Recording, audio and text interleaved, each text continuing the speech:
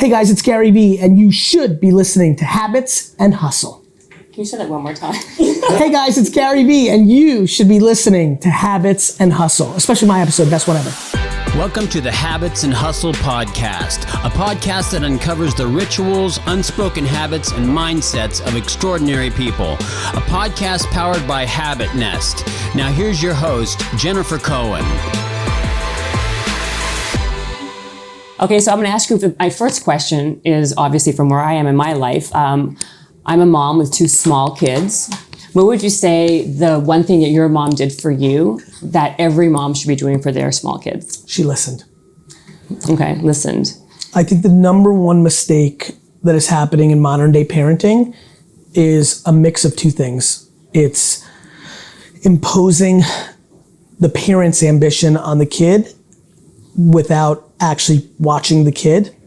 And it's allowing other people's opinions to dictate their parenting. Got it. So it's their own selfish want, like cliche, I want my kids to be an entrepreneur without watching that they have none of those tendencies. Or number two, me, because I was so parented well by my parents, listening to them of what I should be doing. Or the worst of the worst, which is people are just letting their friends dictate. Like it's crazy for me to watch what an incredible, important role it is for everybody in the world when they're a parent. Mm-hmm. The impact is enormous.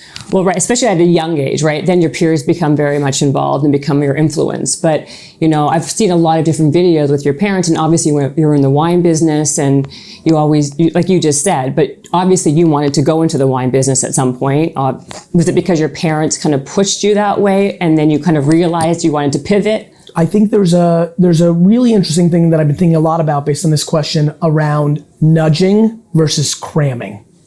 Mm-hmm. So my parents were the initial nudge, and it actually, in my opinion, was a remarkable nudge because it was based on something I believe in. My parents looked me dead in the face around 13, 14 and said, "You're an atrocious student." Right. Okay. Let me phrase, my mom did. Yeah. My mom does the talking. "You're a terrible student. That means on your 14th birthday that's coming up, you will be working in the liquor store, in Dad's store. Right. From now on, no more baseball card shows, no more friends. Every weekend, you will be going with Dad to the liquor store every Thanksgiving vacation, every Christmas, and every single day of your 8th grade, this was my 8th grade, of your summer, you will be working. Because if you're not gonna be a good student, that means you're gonna be a worker." And I am struggling right this second to fully know what I thought. I was devastated about the baseball card shows. Right. And I kind of negotiated very quickly. I'm like, I gotta do some. So I got that in, thank God. I wasn't devastated about playing. I was kind of like, okay. And pretty quickly, by the 5th or 6th day weekend that I went to work, I kind of liked it. Even though I was doing terrible shit, bagging ice. It was boring. Right, it was boring. It was $2 an hour. And I was making real money as a kid at baseball cards. So that was, they nudged. And that nudge turned out okay. You could also say they forced it. I don't know. They nudged. They pushed me in that direction, and it worked out. But I also watched them push my brother in that direction, and he didn't want to work at A&P and then at the wine store, and they didn't force it. They adjusted. So besides the baseball cards, like, did you ever think, like, everyone now, you've become like the Oprah of entrepreneurs, right? Like you've kind of like transcend any group, age. Everyone seems to, like, when I told people I'm doing this podcast, people were more excited about you than, like, I could have said any other person in the world, right? First of all, did you ever think that you'd have such an impact? No. Okay, and that's a good question. That's a good answer. Yeah, it's just the truth. I didn't. If you asked me 4 years ago or 6 years ago, I would say yes. If you asked me in the way I think you asked me, which is at my youth, I thought I was a businessman.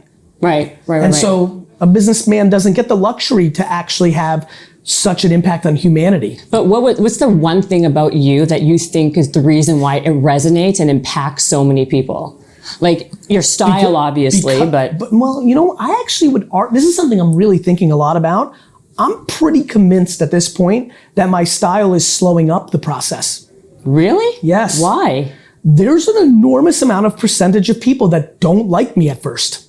But you grow on people. Fair. Right. But if I was a hair, maybe 15 to 30%, a little less, I think I would be much further along. Much further. I mean. Now, that being said, I also think that would then have a cap because it wouldn't be my authentic self. Mm-hmm. So I think maybe today I would be further along, but at 63, I think I will be like.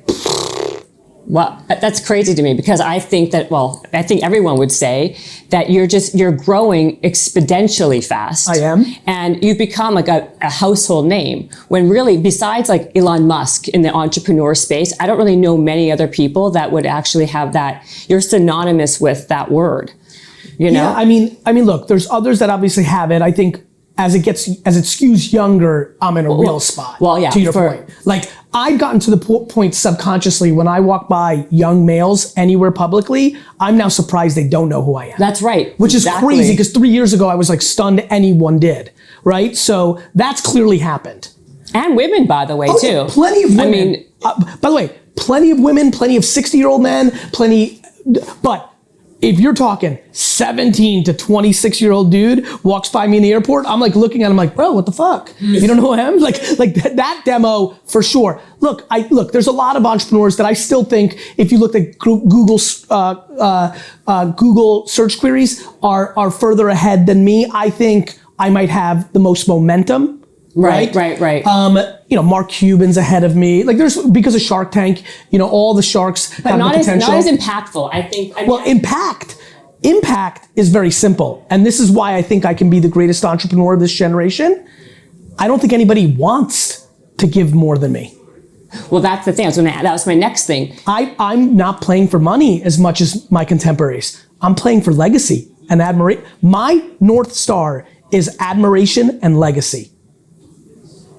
Yeah. And trying to buy the New York Jets. It's a very important kind of like sentence because I really don't give a fuck if I buy the Jets. I just like playing so much that the game of trying to is fun as shit. Right, so that's your goal. That's the goal. That's like a business goal. I'd really like that to happen. But okay, besides the style, then what do you think that's one quality about you that has that type of influence and impact? My intent is to give. So that's where you're starting from a different place. Do you know how stupid this 30 minutes is for me right now? Probably very. Yes. I have nothing else to say. Yeah. My actions do not map anything like the other people that are looking like me. Yeah. There's nothing similar to me than my contemporaries. I'm actually giving back continuously, at scale, vigorously, and they're not. Right. There's not a single entrepreneur of top 1,000 fame that is grossly giving back. Right.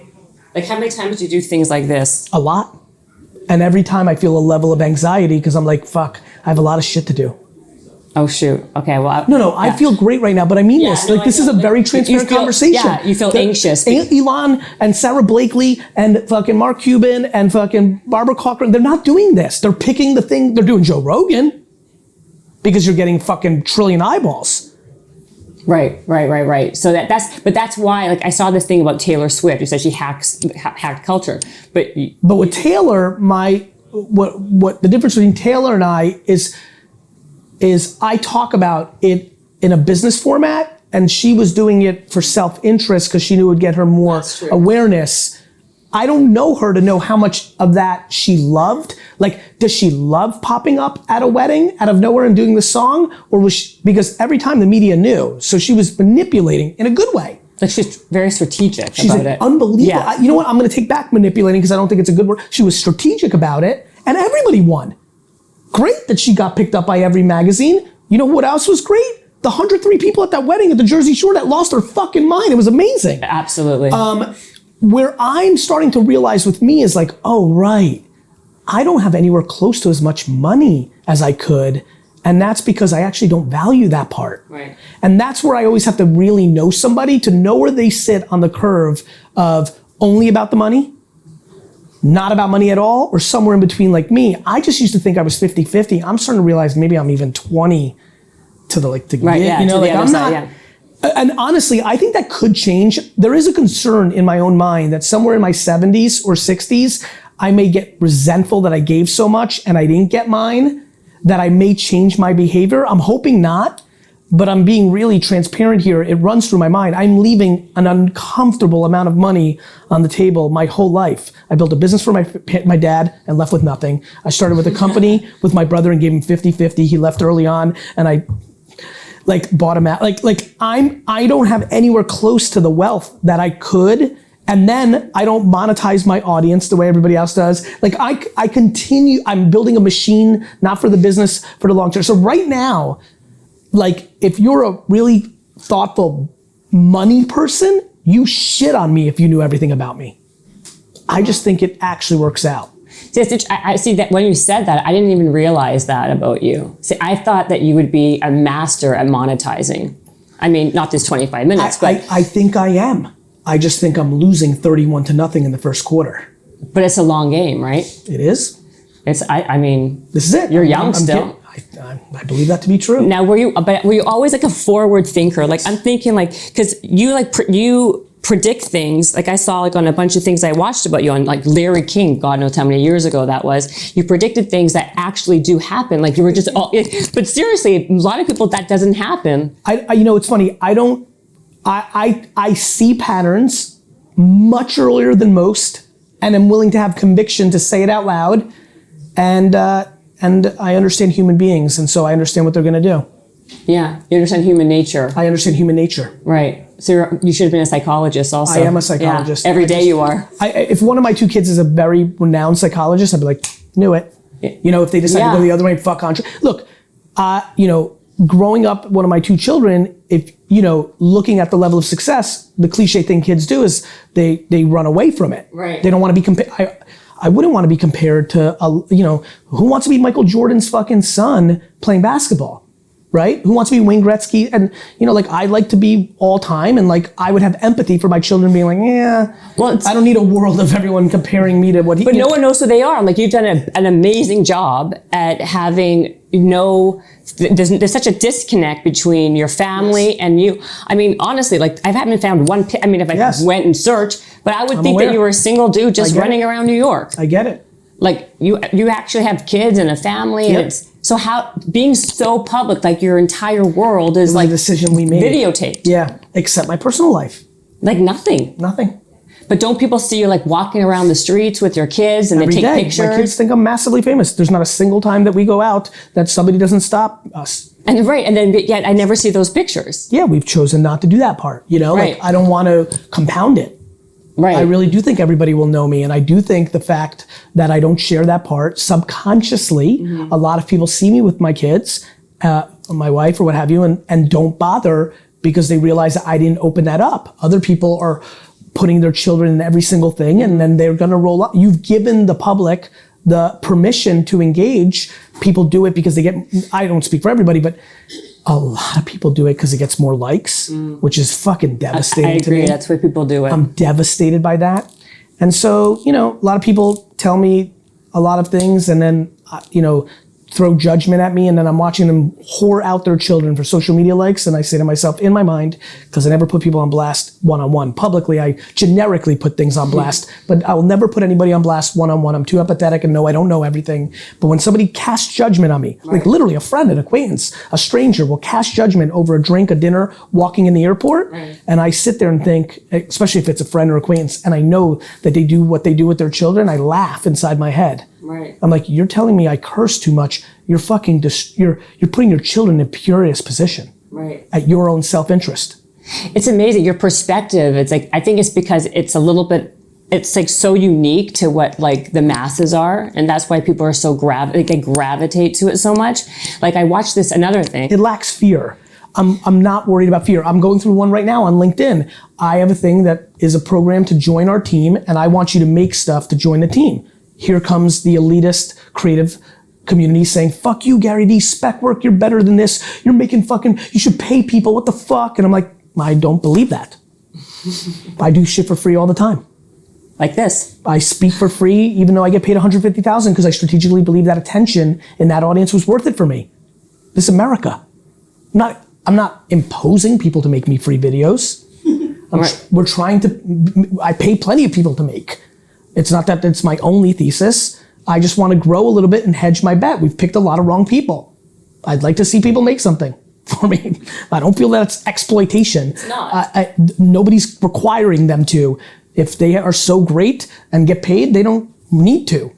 But for a lot of us, we're not as entitled as those people that are casting judgment and had mommy and daddy's money to go to the right school and things of that nature. And you need to kick your fucking foot through the door. And the way you do that is by fucking doing something for free. Absolutely. You like that one? No, but it's true though. It is true. And I'm sorry we're hurting your market value, but this is called supply and demand. And I'm sure you get offers probably by the 1,000 a day for people to work for you for free, regardless. Thousands, I'm sure. I mean, thousands. And even that's a competitive market right there. I'll be honest with you. I think people that are mad that there's spec work going on now are going to be really mad in a decade when people pay people to work for them. Yeah. Wait till that can opens. Wait till people understand what's really going on. It's just supply and demand. It is supply and demand. It scares the fuck out of me that I could have an entire Team Gary in 20 years, I'm predicting, that is paying me to be there. Whether I can get there emotionally, that is already the next step. You know, I'm able to do, I believe in show me your work. Others clearly with the comments said no. The next one's an interesting one, but I think it's going to happen. Whether I decide to do that or not, I don't know. I lean towards no as I sit here today. My POV may evolve. It's a much better use of money than going to art school. Oh, I agree. But then you don't believe in mentors. So these people are all wanting to be mentored by. I don't believe in mentors to me, and I believe there's some other people out there that only learn by listening and watching and doing. By the way, I wish I believed in mentors. Let me phrase. I wish my brain worked in a way that could learn from a mentor. Right. Or I saw something that was very, very clever, which was that mentors are from what happened already. That's why I don't value them as much as most people. And you're so much about the future. Or the current. Right. And so you're right. And then I think most things are commoditized. Like they're going to, like I'm at the, first of all, I had it intuitively because I learned it from, listen, one thing that I underestimate is I was a true businessman from the age of 6 years old. It's all I did. I sold, I bought, I traded, I made signs. By the fucking time I even went into my dad's store, I fucking wish I was making content at 14. Right. When I tell you that the videos of my audacity of what I was gonna do in my dad's liquor store, like the level of shitting on my dad, and it wasn't shitting on my dad, but like, that's wrong, that's wrong, that's wrong, that's wrong, that's wrong. As a 14-year-old, and then now, being able to look at it 30 years later, I was right. They weren't guesses. And then I say to myself, my God, I learned natural talent, DNA, right? And I learned a lot from 6 to 14. Who the fuck's even doing that? Right. People are going to, people don't learn until they're 22 is their first day. But how do you even teach that? See, like you said yourself, you had a natural gift, a natural talent. You can only get people, I can be a much better singer, but I'm not going to be, Rihanna. So you can teach it, but yes, talent is part of the equation. It is. And people, how much do you think is work ethic and discipline versus just pure talent? I think work ethic and discipline is 51% of the equation, and that talent's 49. I think I just see too much talent wasted daily. Mm-hmm. You have to do. Right. This is something I've been talking a lot about. Like do it. You have to make. You have to practice. You have to like watching athletes, especially. It's very obvious. They're two people and one's so much more talent. It's not even close. Right. But they're jerking off.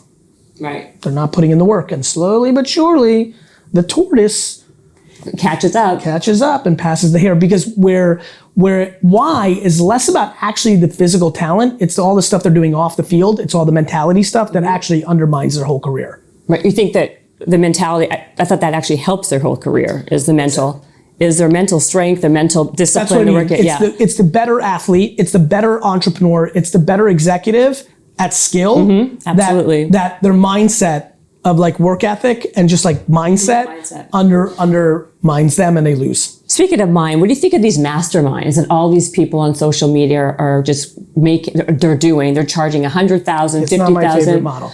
Right. And then they're taking a lot of people who are putting all their money and investment into these masterminds. I've been a very historic, listen, I could tomorrow start a mastermind and probably make $100 million.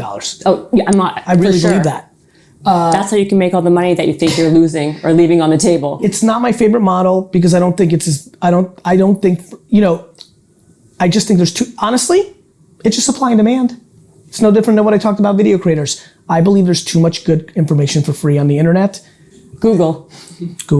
Listen, I'll be honest with you. It's a very big agenda of mine to not force people to buy into bad masterminds. Right. Well, and also like all these great internet marketers who, put themselves on a platform where they're teaching people these things, but they're charging people all their money. And so like, I'm not a fan. I think there's a lot of bad behavior going on. I'm sure there are people out there who charge people. Yeah, like $50,000 or $100,000. I had some guy yesterday tell me he spends $175,000 a year on these masterminds from the same people that you and I'm sure the ones that I'm thinking of that right? Yeah, I'm not a fan. And by the way, what I was about to say, I'm sure there's somebody who's just starting out, she's got a $1,500 a month or year mastermind, and I'm sure it's ROI positive. Mm-hmm. But as you go up the scale, I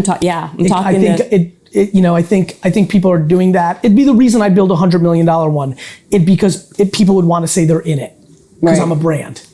Well, yeah. Well, also it's the same reason people wear $80. It's the Gary V's. It's the Nike. It's just whatever. Like it's how we express. An entrepreneur would be expressing themselves by being a part of it. Right. And all these people who listen. It's why I like doing sneakers and wines. I apologize. No, because please. I also want to build businesses, but I want it to be there in case you drink wine, in case you wear sneakers, and you are grateful for the free. You can do it. But you are building a business. Vaynermedia, Vaynersports. But I mean, my closest to having anything with my audience is actual physical product that I feel they can, if they live that life, could do versus me holding back my best content to charge you.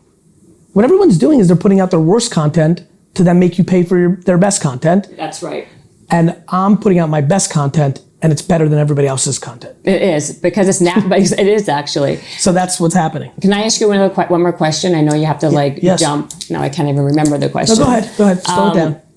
What was I going to say? I was just going to say it, and now I can't remember what it is. So go somewhere else, and then maybe it'll come back to you. That's what I always do when I forget something. Yeah, I was going to say something. What's the one thing that you think that everybody, no matter what the business is that they're in, should be doing right now? Producing content at scale.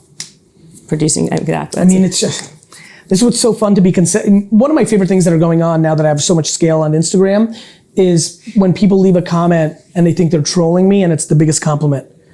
Gary, you say the same shit. It's my single favorite moment in my career right now. How many people I'm like, yes, I do. But that's good. That's because it's the same. And what makes me talented is I say it in 1,800 trillion different ways. And I will always say it in the newest places to say it. And it will be contextual to TikTok and LinkedIn, just like it was for Twitter and Instagram. And I'll eventually catch you at the moment that you're ready to hear me. Exactly. After you go to all the other shortcuts and all the other things that you don't want to be doing it my way, slow, shitty, right, kind, good, giving. When you hate that because you want fast, quick, a lot, and you go through it all and none of it works, or my favorite one, when it worked and then it collapsed. My best people consuming my content for me are the ones who actually had success for a minute in the other way, and it all came down. Right, exactly. And then they realized why, and they come. Not the ones that don't have success fast. They're also good. They believe in my way, they didn't get success. The one that's most interesting to me is she fucking did it. She made a ton of money in 18 months, and then all went away. I'm curious, because you're such a motivator. What's the percentage? I know you probably don't know this, but the percentage of people who actually implement and execute on what you say, right? Well, to what I really am saying currently, almost no one. I'm telling everybody produce 100 pieces of content a day. Yeah, I mean, I'm not sure if there's anyone doing it. Well, how would someone actually do that much? 60 tweets. A day? Write 60 things. Everyone has talk about everything and anything. Like, you can do it. It can actually happen. Right. No, I understand that. You know what I mean? Yeah. Like, if you get in, this is why document over create was my big breakthrough in that one sit down with that kid. Mm-hmm. It helped so many people. I'm not asking you to create 100 things. I'm asking you to make 100 things. That can be, if you go all the way religiously there, when we leave here, not only do we take a selfie together, but you take a photo of that and you say, this is Gary's view. Why doesn't he want to buy the Knicks? And it's like question, and then, you're just making. All of a sudden, because you put, why doesn't he want to buy a Knicks? Somebody sees Knicks and engages with you and they become aware. Like, people don't get how it actually works. It actually, it's like everything's a conduit kind of, or a And then if you could afford it, you start building out the thesis. You record and you post-produce at scale. And you produce for TikTok and YouTube and Facebook and Twitter and Instagram and your podcast. And, that's how. It's a lot. It's a lot. But to remind everybody, before everybody goes exactly where I know they're going, I was doing it at scale in 2006 to 2011 by myself while running a liquor business.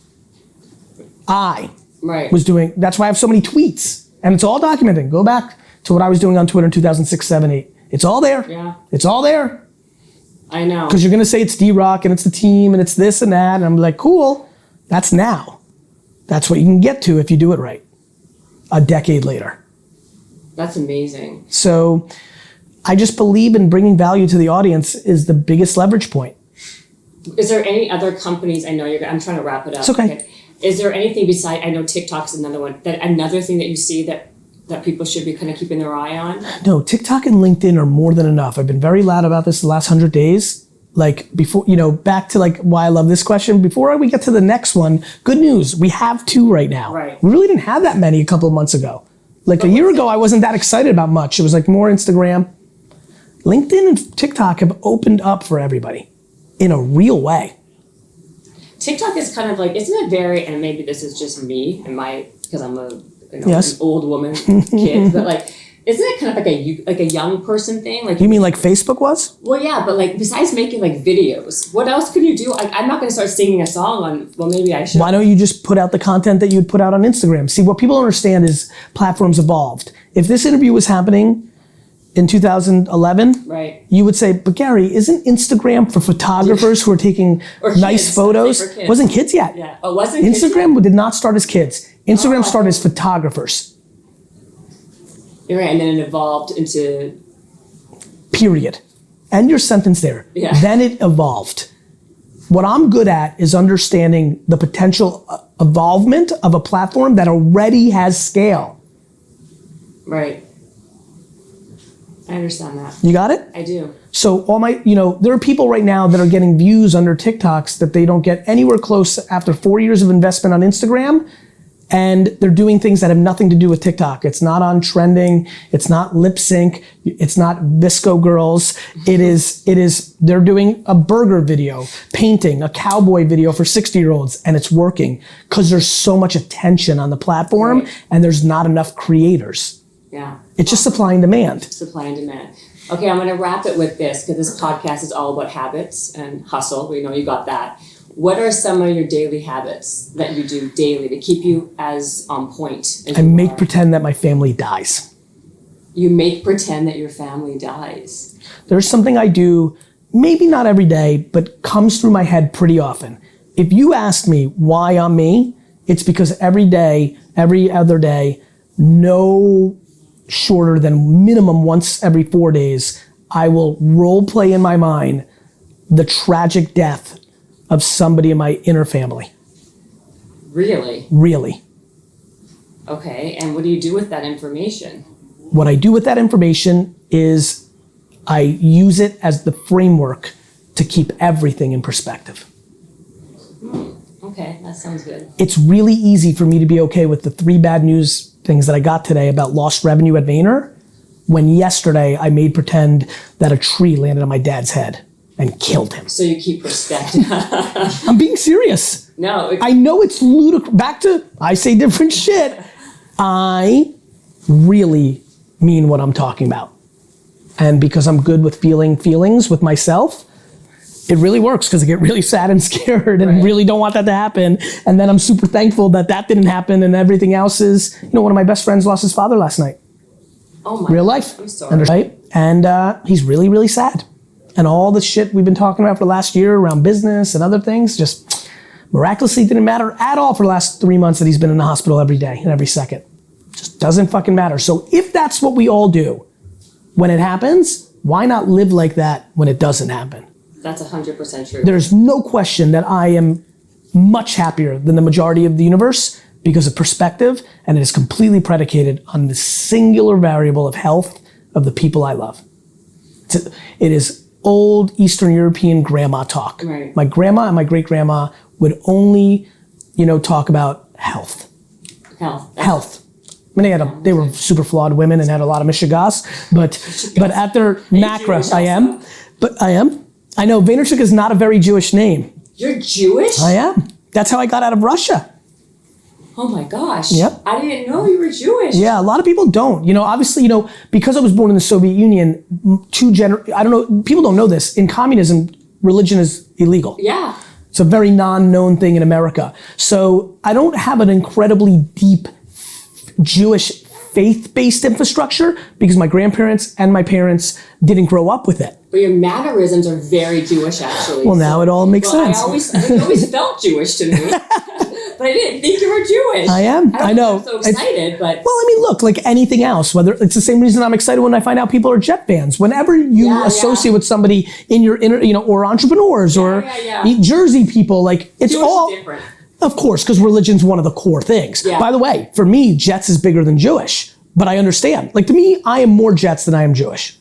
Really? Really. I associate more tribe DNA with fellow Jet fans than I do with fellow Jews. What is it about the Jets? Like why the Jets? Why so much? Why not the Yankees? Because it was the first team I fell in love with in America. I have now psychoanalyzed myself that it means America to me. It means freedom, acceptance. The kids in the neighborhood were like, "You're one of us." Yeah. And then I just watched every game. So it's just sheer practice, like just emotional. Plus, it's the journey. Yeah. I dropped the Yankees and the Rangers. If you look at my senior year high school yearbook, you would think I was a bigger Rangers fan than Jets fan. Well, also because the baseball cards, I thought you'd be a bigger baseball fan. I was a bigger Yankees fan as a kid than a Jets fan. I was a bigger Rangers fan than a Jets fan in high school, but they both won championships and I stopped caring. Oh, wow. And so now the Jets have the longevity and they were always right there. And I was probably a bigger Jet. I would say equal, but like, yeah. Yeah, so do you not practice anything in the Jewish? No, I do. I got Rosh Hashanah coming up. I'll be home. So you'll do I do, but I'm not. I hate the bullshit. I'm not hardcore. Right, like you're not. Well, you don't keep kosher. Obviously. I do not keep kosher. I don't do Seder on Friday nights. Shabbat, you don't do Shabbat. I do not do Shabbat. How about your family? Like your actual. No. No. Was your wife Jewish? Yes. Just me. I don't care. Yeah. So like that's Yeah. but it's not the Yeah. Obviously everyone runs their gamut, but on humanity. Yeah. I'm all time. Look, I probably have a subconscious struggle with religion because I do think it leads to bad behavior. Right, or they use that as an excuse Correct. for bad behavior. It's not its fault to your point, but it is absolutely a beacon for bad behavior. Yeah. Like politics. And I've seen it, everyone's seen it a lot of times. And so I always have I'm just into team human. So I don't like animals or Mother Nature. You don't like animals either? I definitely don't like animals. The way normal people do. Right, you don't go crazy over it. I don't hate animals. I just love fucking people. Right. I just can't get fired up about a parrot. Right, or a dog or a cat. I definitely am not as into dogs and cats as many others. I love that people are. I just wish people were more into people. Right. Would you say nature also? Yeah, I mean, look, I understand if you ruin, here come the comments, I can read them for you. Gary, if you fucking ruin Earth, you won't be around for, I understand. I don't want to destroy the Earth. I just don't look at a tree and be like, hey, my dad looks at trees, he's amazed by it. He loves a fucking tree more than loves any human besides me and my mom. I mean, it's fuck, it's a tree, dude. Right. So you kind of keep things, again, the theme is keeping things in perspective. 100%. Right. And being self-aware, which we're going to talk about, but next time. Thank you so much. Thank you so much. You're welcome. Mensch, as they Thank say. you. Thank you. Habits and hustle, time to get it rolling. Stay up on the grind, don't stop, keep it going. Habits and hustle, from nothing into something. All out, hosted by Jennifer Cohen. Visionaries, tune in, you can get to know them. Be inspired, this is your moment. Excuses, we ain't having that. The Habits and Hustle podcast, powered by Habit Nest.